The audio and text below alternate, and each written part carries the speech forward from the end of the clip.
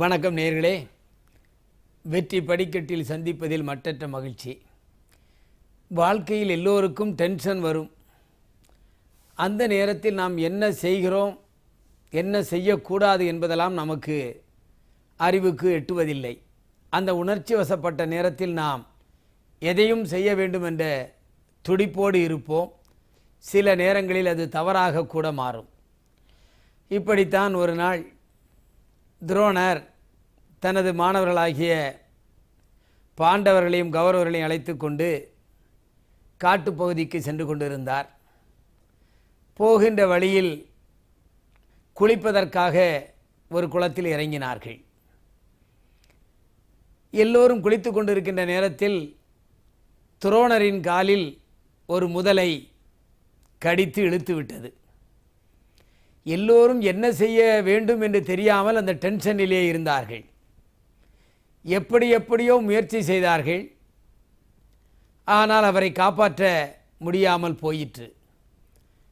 ஆனால் அர்ஜுனன் மட்டும் தன்னிடமிருந்த வில்லை எடுத்து அம்பை எய்து அந்த முதலையை கொன்று துரோணரை காப்பாற்றினார்.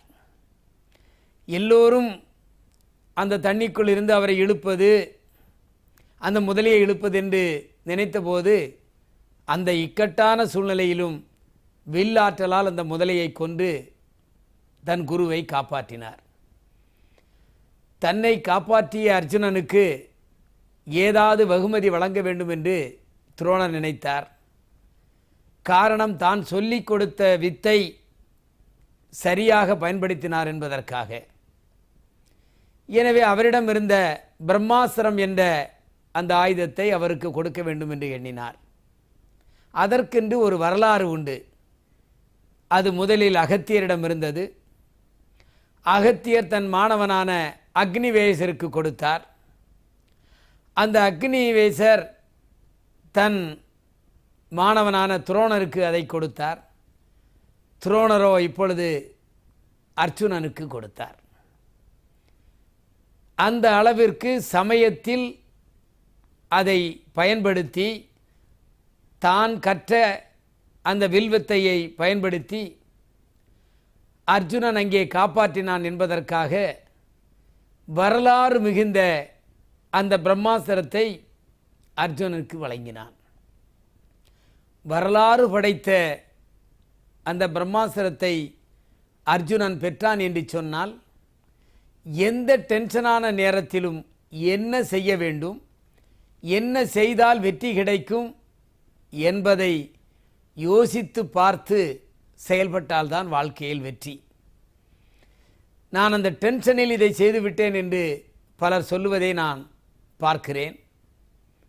ஆனால் அது மற்றவர்களுக்கு புண்படும்படியாக இருக்கக்கூடாது. எந்த சூழ்நிலையிலும் நாம் சரியாக சிந்தித்து செயல்படுகின்ற நேரத்தில் வாழ்க்கையில் வெற்றி பெறலாம். எனவே டென்ஷன் என்பது வாழ்க்கையில் எல்லோருக்கும் இருக்கும். நாம் அதை பின்பற்றி அந்த சூழ்நிலையிலும் நம்மை செம்மையாக வைத்து வெற்றி பெறுவதற்குண்டான வழிகளை நாம் நிதானமாக கடைபிடிக்க வேண்டும். அதைத்தான் அர்ஜுனன் செய்தான். எனவே வாழ்க்கை பயணத்தில் நாம் சில நேரங்களில் தவறு இழைத்து விட்டோமே என்று பிறகு சிந்திக்காமல் செய்கின்ற நேரத்தில் சற்று சிந்தித்து செயல்பட்டால் வாழ்க்கையில் நிச்சயமாக வெற்றி கிடைக்கும். அந்த வெற்றியைத்தான் அர்ஜுனன் பெற்றான். எல்லோருக்கும் வில்வித்தையை கற்றுக் கொடுத்தார் துரோணர். அத்தனை பேர்களும் அந்த நேரத்தில் பயன்படாமல் அர்ஜுனன் மட்டும் தன் ஆற்றலை அங்கே செலுத்தி குருவை காப்பாற்றினான். எனவே வாழ்க்கை பயணத்தில் நாம் எந்த சூழ்நிலையிலும் எந்த காலகட்டத்திலும் ஒரு கணம் சிந்தித்து செயல்பட்டால் வாழ்க்கையில் நிச்சயம் வெற்றி நமக்கு கிடைக்கும்.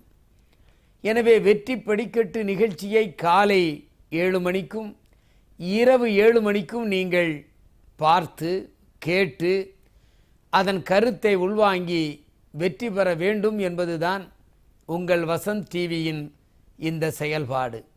வெற்றி படிக்கட்டை தினமும் நீங்கள் பார்க்க வேண்டும். பார்த்து பார்த்து வாழ்க்கையில் நீங்கள் வெற்றி பெற வேண்டும். அந்த வெற்றி நிலைத்ததாக, இந்த நாட்டிற்கு பெருமை சேர்ப்பதாக இருக்க வேண்டும் என்று சொல்லி மீண்டும் உங்களை நாளை காலையிலும் மாலை 7 மணிக்கும் உங்களை சந்திக்கின்றேன். நன்றி, வணக்கம்.